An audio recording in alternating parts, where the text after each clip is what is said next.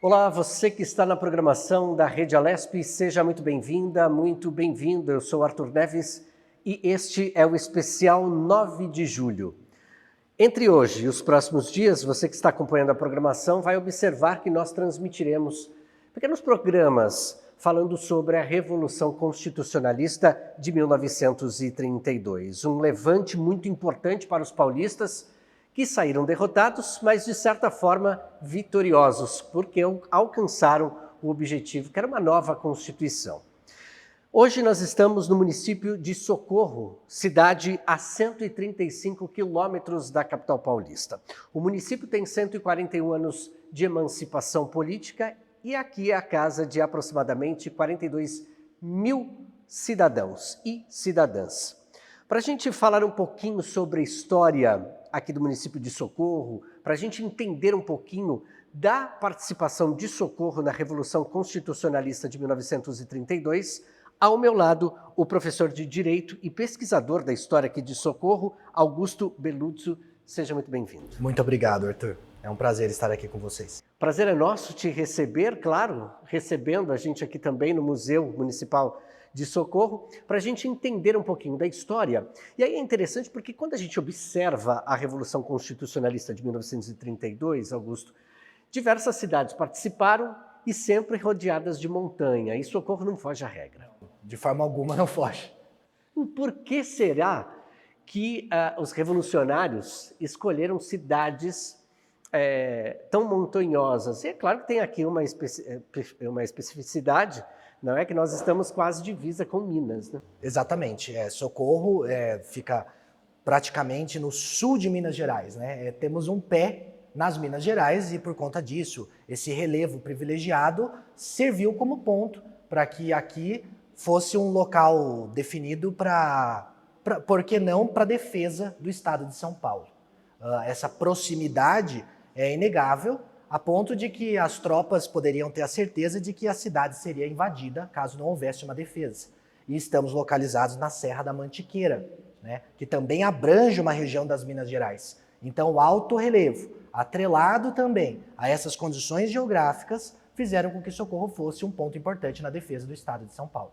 Quando você fala sobre a defesa do Estado, vamos recuperar um pouquinho da história da Revolução de 32. Eu gostaria de um pouquinho dessa fala, não é? Trazendo então essa história e, é claro, a gente vai afunilando para tentar entender os cidadãos que aqui moravam, que participaram desse momento. Não, perfeito. Nós podemos primeiro contextualizar que a Revolução de 1932 foi a consequência do governo provisório de Getúlio Vargas, instituído em 1930, com golpe ou revolução para alguns de 1930, que deu fim à famosa política do café com leite, né?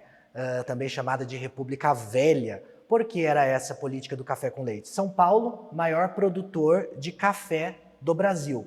E o estado de Minas Gerais, o maior produtor de leite do estado. Por isso, café com leite. O que significa, portanto, a alternância de poder entre os paulistas e os mineiros, ora um, ora outro, no governo do país, como presidente.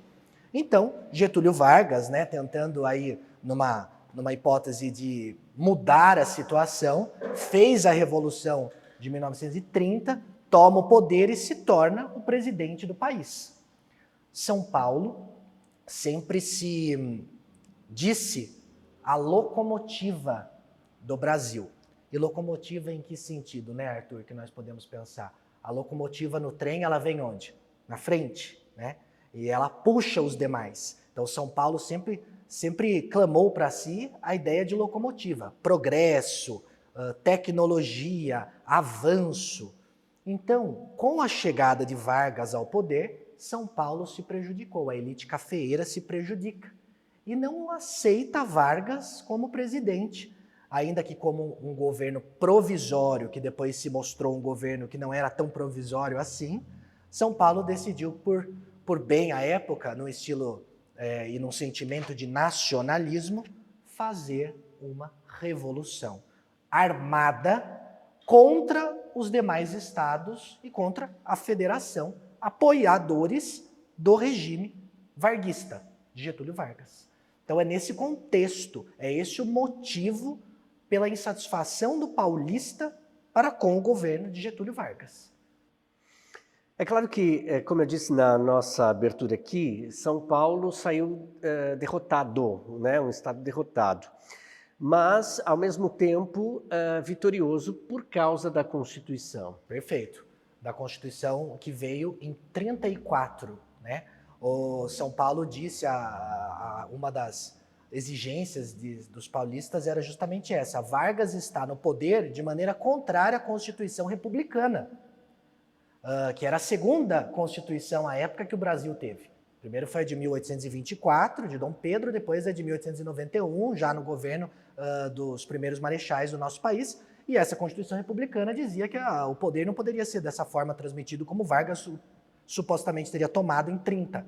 Então pediu uma nova Constituição. São Paulo sai derrotado da Revolução, mas colhendo frutos. Qual o principal fruto? A Constituição de 1934, que o Vargas realmente promulgou. Essa é a festa cívica mais importante em nosso estado, não é? Levantamos com muito orgulho a bandeira da Revolução de 32. E aí, diversos estados participaram, mas é importante a gente falar dos nossos municípios, não é? Cachoeira Paulista, Queluz, Cruzeiro, Itapetininga, diversos municípios e, claro, Socorro. Qual a importância de Socorro em toda essa história? Bem, aqui, primeiro, como nós já dissemos, o ponto estratégico por fazer divisa com o sul de Minas Gerais. Minas Gerais, no começo, até endossou a causa constitucionalista, mas depois Vargas conseguiu conter, mudar isso, e os mineiros ficaram contra seus irmãos paulistas. Então, Socorro, naquele momento, recebeu. A Revolução eclodiu, né, no dia 9 de julho, e no dia 13, especificamente no dia 13 de julho, chega a primeira tropa vinda da força paulista, da capital, para Socorro a partir da linha de trem, a linha Mogiana, né, que fazia a ligação de Socorro com as demais cidades para o escoamento de café. Desde a década de 10, essa linha tinha muita importância para a nossa cidade. Então chega ali no dia 13 de julho de 1932, o então capitão, chamado Benedito de Castro Oliveira, junto com apenas 35 alunos da Força de Segurança Pública do Estado de São Paulo na época, para começar as primeiras movimentações na cidade de Socorro, conhecer o território, conhecer a geografia urbana da cidade, para ver como que ia se instalar a defesa das terras paulistas, né? E começa ali um alistamento. No dia seguinte, dia 14 de julho de 1932, os amparenses do município de Amparo vêm para Socorro. 67 amparenses vêm com a linha do trem, pela linha Mogiana, auxiliar os socorrenses para a contenção aí dos supostamente invasores que chegariam em breve. E é muito interessante porque o padre, na época de Amparo, do município de Amparo, instigou demais para que os seus amparenses se alistassem, viessem para Socorro, que estava mais próximo à fronteira de Minas Gerais do que Amparo, para essa empreita. E então foi feita na Praça da Matriz da cidade, houve uma grande participação. Há fotos da época. Imagina, 1934, Socorro era minúscula, né, na época. E a agitação que não foi recebendo tropas na cidade. Foram recebidos com 2 bandas para homenagear a tropa que chegava dos corajosos aqui à época. Interessante quando você fala sobre essa questão, não é? Para a gente tentar entender quais eram os sentimentos ali naquele momento, né? E geograficamente falando ali, não é, o espaço da praça, né, de fundamental importância. E como a gente pode observar nas imagens, inclusive, aqui em Socorro é tudo muito perto onde ficaram instalados essas pessoas, né? Exatamente. A Praça da Matriz também é conhecida ainda hoje como Largo da Matriz. Então nós já temos essa ideia de amplitude. Então ali era um lugar possível na zona urbana para que as tropas começassem a se alinhar, né? Então foi dado o nome para essas tropas de Batalhão 23 de Maio. E por que 23 de maio? Data que coincide com os 4 mártires, né, da Revolução Constitucionalista, do MMDC, Martins, Miragaia, Drauzio e Camargo, os 4 jovens que foram assassinados pelas tropas do Vargas em ato que marcou aí o estopim da Revolução Constitucionalista de 1932. Ali na Praça da Matriz, portanto, algumas instituições de apoio ao Batalhão 23 de Maio se formaram. Aqui merece mais destaque a Cruz Vermelha, as senhoras da sociedade socorrense, com boa vontade, conhecimento empírico da medicina, não técnico, passaram a auxiliar eventuais agressões, né? No caso, feridos de batalha, trataram de criar a Cruz Vermelha, que foi instalada num primeiro momento à Praça da Matriz, num local que se chamava Cine Teatro Éden, uma casa de shows da cidade de Socorro, um espaço de palco e cinema, a mais antiga, inclusive, na cidade de Socorro. Depois a Cruz Vermelha se mudou para a Rua Campos Sales, em prédio próprio, cedido também para esse propósito. E também a Casa do Soldado. A Casa do Soldado também, num primeiro momento, funcionou na Praça da Matriz e ela servia literalmente de apoio ao soldado. Ela se chamava Posto Nossa Senhora do Socorro, mas recebeu o apelido de Casa do Soldado. Ali as senhoras da sociedade também auxiliavam os soldados, passando as fardas, né, limpando eventuais instrumentos utilizados em batalha, botas, calçados, dando comida, alimentação às tropas, dando cigarros para os soldados, para eles ficarem ali no momento de repouso e descanso. Então essas duas instituições tiveram muito destaque a essa época. E na época nós tínhamos um médico na cidade, o doutor Botelho, mineiro inclusive, e ele acabou criando o primeiro curso de enfermagem de socorro na Santa Casa de Misericórdia, justamente para atender a essa necessidade da Revolução. Então isso é muito relevante para o município. O primeiro curso de enfermagem existiu por conta da Revolução de 32. Talvez Socorro tivesse demorado um pouco mais para isso, senão a Revolução. Né? Quantos socorrenses participaram deste momento? Existem relatos? Nós temos listas, mas as listas divergem, né? Então vamos pensar aí, nós tínhamos 67, 68, por volta de 70 pessoas que vieram de Amparo, 30 que já vieram de São Paulo com o capitão Benedito de Castro Oliveira, então mais ou menos umas 150 pessoas, muitos jovens se alistaram, inclusive, da Sociedade Socorrense, se alistaram para o Batalhão 23 de Maio. O Batalhão 23 de Maio se tornou o Batalhão dos Socorrenses e das cidades daqueles que quiseram vir para Socorro para esse fronte de batalha. Né? Inclusive a escola daqui de Socorro, a escola antiga, fundada em 1910, o Grupo Escolar Coronel Olímpio Gonçalves dos Reis, se tornou o quartel-general da cidade. Né? Uma escola muito tradicional aqui, um prédio histórico maravilhoso. Inclusive os porões da escola Coronel Olímpio Gonçalves dos Reis servia como prisão eventual, caso alguém fosse capturado e que fosse das forças varguistas, não das forças paulistas. Jovens. Crianças participaram aqui também ou não? Participaram no sentido de auxiliar o apoio aos soldados, não nos frontes de batalha. Não nos frontes de batalha. As mulheres tiveram especial importância na Revolução de 32 em Socorro. Foi uma participação assim muito bonita que as damas da cidade fizeram à sua época, dentro das suas possibilidades, pensando como era Socorro em 1932.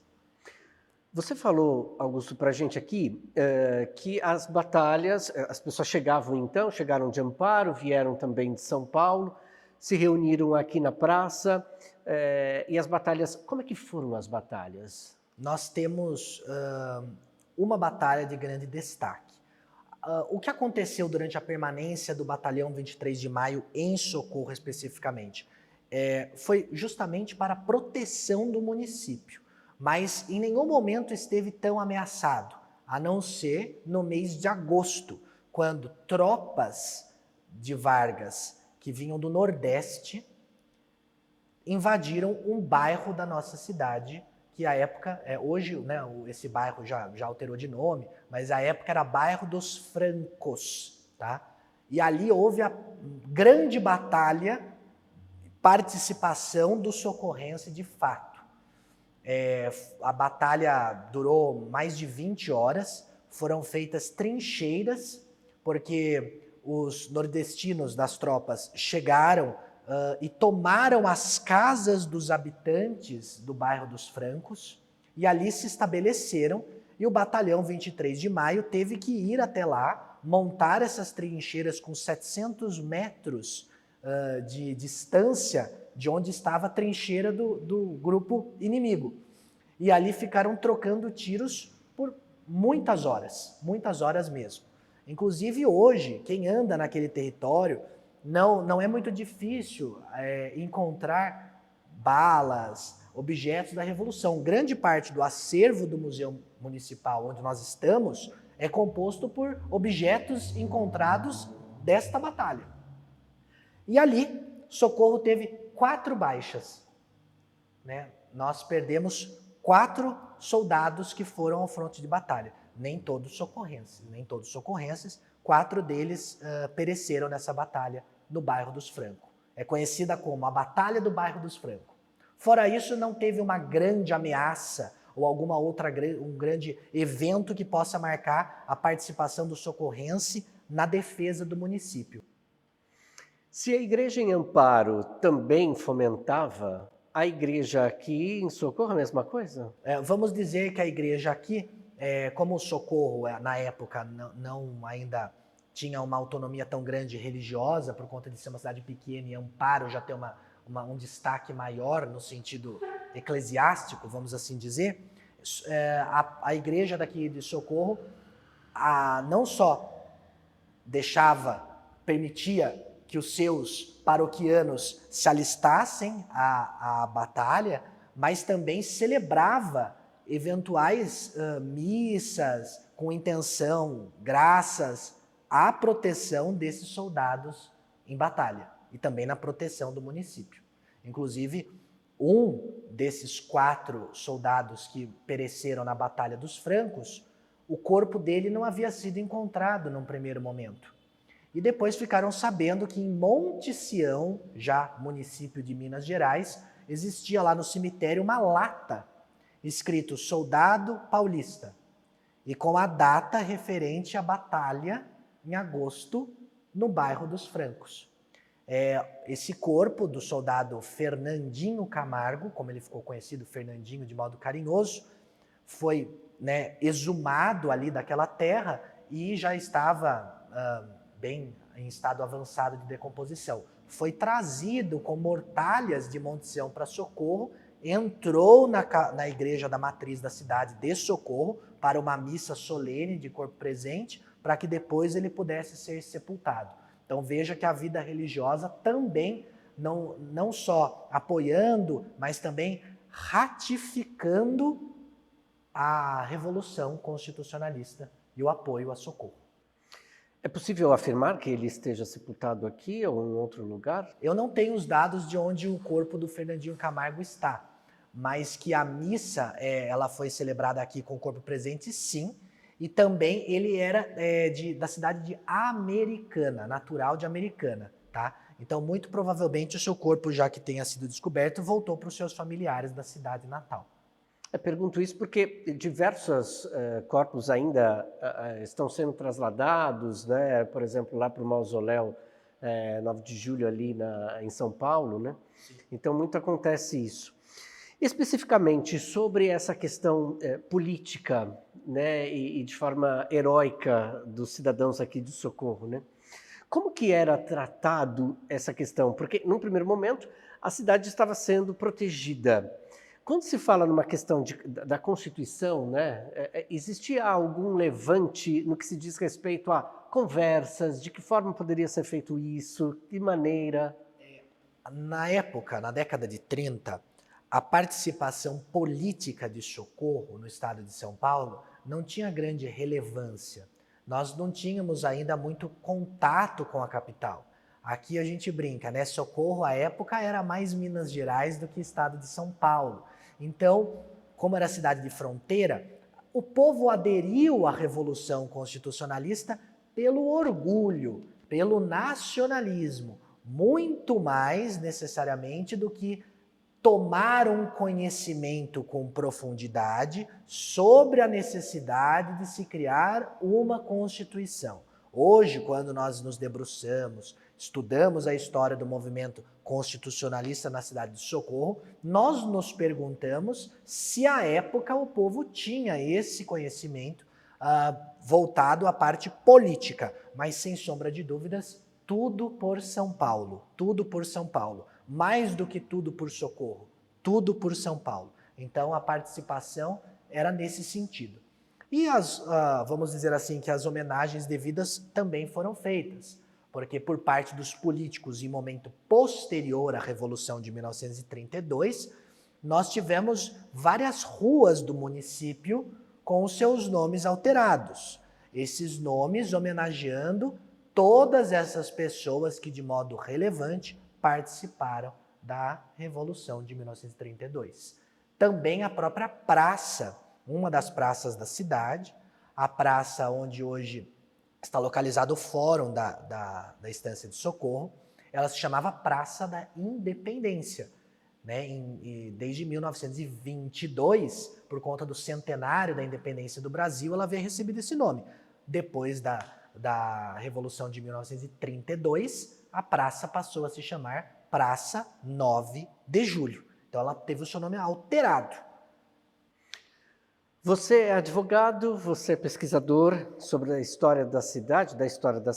Como que é que os cidadãos de Socorro, depois de tantos anos, ainda absorvem essa história da Revolução, né? E existe um legado dela para cá? Perfeito. Existe um legado muito grande da Revolução de 1932 na cidade de Socorro, porque ainda hoje, todo 9 de julho, em evento cívico, os socorrenses se dirigem à praça que recebe o nome 9 de julho, na cidade, com coroa de flores, e ali prestam a sua homenagem, solidariedade, em frente ao monumento erguido ao soldado constitucionalista. Um monumento em mármore, com o estado de São Paulo cravado, o formato geográfico, a divisão política do estado de São Paulo, com a lista de todos os socorrenses que se alistaram no batalhão 23 de maio, com um capacete usado na Revolução fixado no monumento, e esse monumento ele foi erguido em 1982, então 50 anos após a Revolução de 32, para que servisse como marco para o socorrense. Então esses monumentos eles serviram justamente para isso, como marco de memória, como referencial de respeito para o socorrense. Então a banda municipal, a Corporação Musical Santa Cecília, ela é convidada no 9 de julho para ir até a praça, presta uma homenagem, seja por uma alvorada bem cedo, né, antes do sol muitas vezes aparecer, a banda já se posiciona, às vezes quando é mais tarde, mas sempre tocando marchas e dobrados em estilo militar para relembrar, né, a memória do Batalhão 23 de Maio, e o povo presta ali as homenagens devidas a isso, com a participação dos políticos da cidade, com a participação das autoridades públicas, e também executa-se o hino nacional, o hino do Estado de São Paulo e o hino da Estância Municipal de Socorro. E até pouco tempo nós tínhamos ainda vários socorrenses que participaram da Revolução, vivos, né? Uma delas, a dona Lourdes Picarelli, com 104 anos de idade, que nos deixou há pouco tempo. Sempre a coroa de flores era dada nas mãos destas pessoas que participaram ativamente da Revolução, para que elas fixassem essa coroa no monumento durante aquela cerimônia. Então é muito presente na memória do socorrense. E hoje nós entendemos muito mais o que foi a Revolução de 32 para o socorrense, talvez do que ela foi compreendida à época quando aconteceram os fatos. A gente está quase encerrando o nosso programa, Augusto, mas eu gostaria que você trouxesse uma reflexão, de repente, daquilo que eu não questionei. Mas é claro que a tua fala vem cheia de entendimento do que foi aquela expressão de que nós paulistas conhecemos, do que é importante da Revolução. Mas, de repente, aquela pessoa que esteja fora do estado de São Paulo, de repente está nos assistindo também pela internet, pela rede Alesp, no YouTube, vale a pena trazer uma reflexão daquilo que de fato é encarado ainda hoje, quase 100 anos, né? Logo completaremos, mas é importante a gente trazer uma reflexão, não é, dessa importância. Perfeito. Nós, como paulistas, e mais do que isso, nós como brasileiros, temos que pensar na importância desse sentimento nacionalista que a Revolução de 1932 trouxe. Porque São Paulo foi, talvez, não perdeu a Revolução, porque Vargas depois vem e realmente promulga a Constituição de 1934. Então, é com esse sentimento de orgulho que muitas vezes nós construímos as identidades que nós temos para o local de onde nós viemos.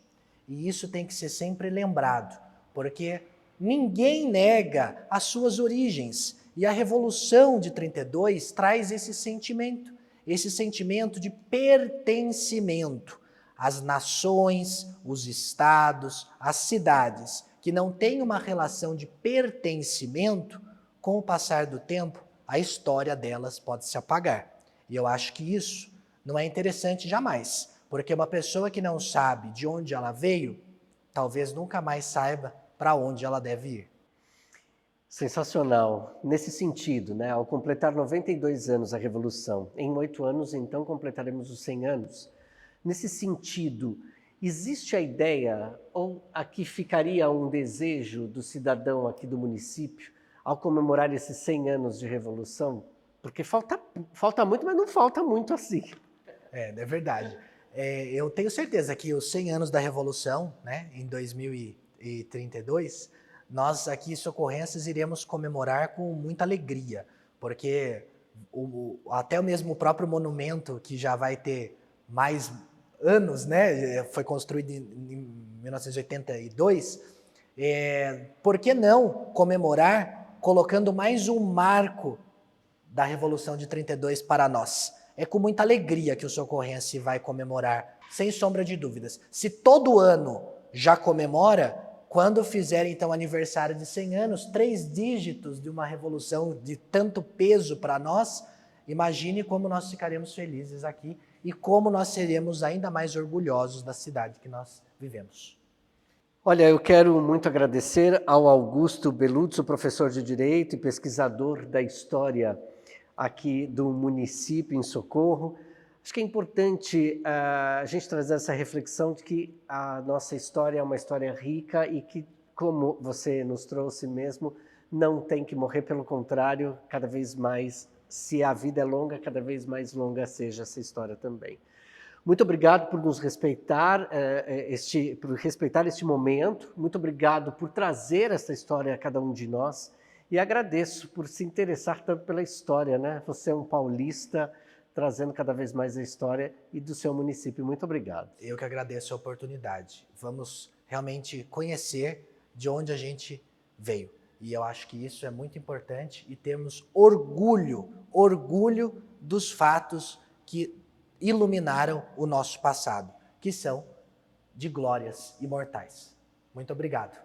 Muito obrigado novamente e agradeço a você, telespectador, telespectadora, que permaneceram conosco durante a exibição deste especial 9 de julho em Socorro. A gente se encontra na programação da Rede Alesp. Tchau, tchau.